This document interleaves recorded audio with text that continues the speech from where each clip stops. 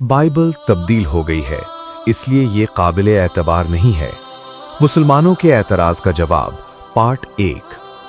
कुरान मजीद इस बात की गवाही देता है कि तौरात, ज़बूर और इंजील इल्हामी किताबें हैं और अल्लाह ताला ने इनको नबियों पर उतारा।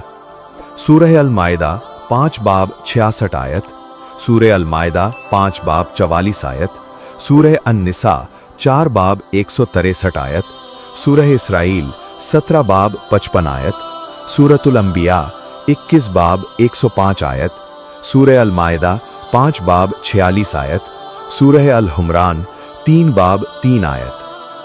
कुरान मजीद में अल्लाह ताला सूरतुल हिज्र 9 बाब 15 आयत में फरमाते हैं, हमने ही इस कुरान को नाजिल फरमाया है और हम ही इसके मुहाफिज हैं।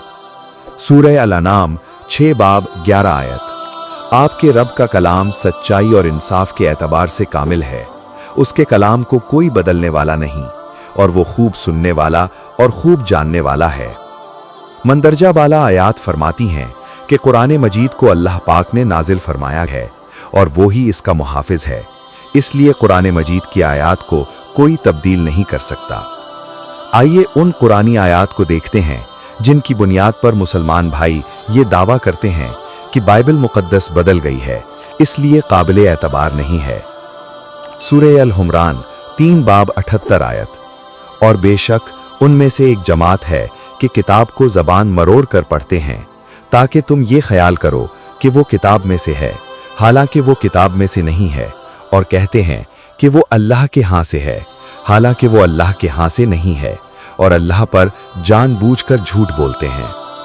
कोई भी साहिब फहम जब इस आयत को पढ़ता है तो वो फौरन समझ जाता है कि ये आयत फरमाती है कि पढ़ने वाला इस आयत को अपनी ज़बान मरोड़कर अपनी मर्जी के अल्फाज अपने मुंह से निकालता है, ना कि किताब में लिखे हुए अल्फाज को पढ़ता है।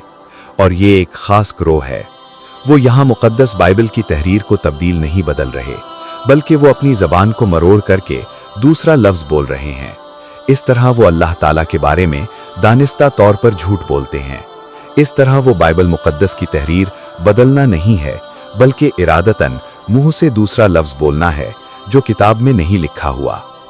बाइबल मुकद्दस फरमाती है, यसाया 40 बाब 8 आयत, पहला पतरस 1 बाब 24 से 25 आयत। हाँ, घास मुरझाती है, फूल कुमलाता है, पर हमारे खुदा का कलाम अबद तक कायम है। मलाकी 3 बाब 6 आयत, क्योंकि मैं खुदावंद ला तब्दील हूं। ज़बूर 119 आयत 89 और 160।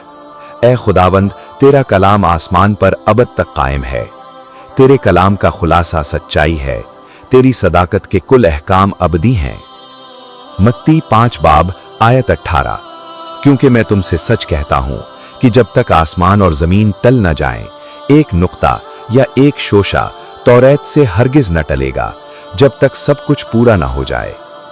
कुरान मजीद और बाइबल मुकद्दस फरमाते हैं कि खुदावंद खुद अपने भेजे हुए कलाम का मुहाफिज है, वो खुद तौरात, ज़बूर और इंजील का मुहाफिज है। क्या कोई ऐसा है जो खुदा से बढ़कर इन किताबों को बदल सके?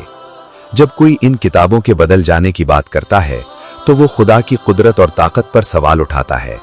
सवाल करने वाला यूं कह रहा है कि खुदा जो कुदरत वाला है वो अपने भेजे हुए कलाम की हिफाजत नहीं कर सकता, और यूं इंसान उसकी नज़र में खुदा से ज्यादा ताकतवर हो गया।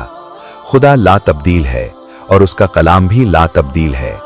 बाइबल मुकद्दस खुदा के बारे में फरमाती है, याकूब 1 बाब 17 आयत, जिसमें कोई तब्दीली हो सकती है, न गर्दिश के सबब से उस पर साया पड़ता है।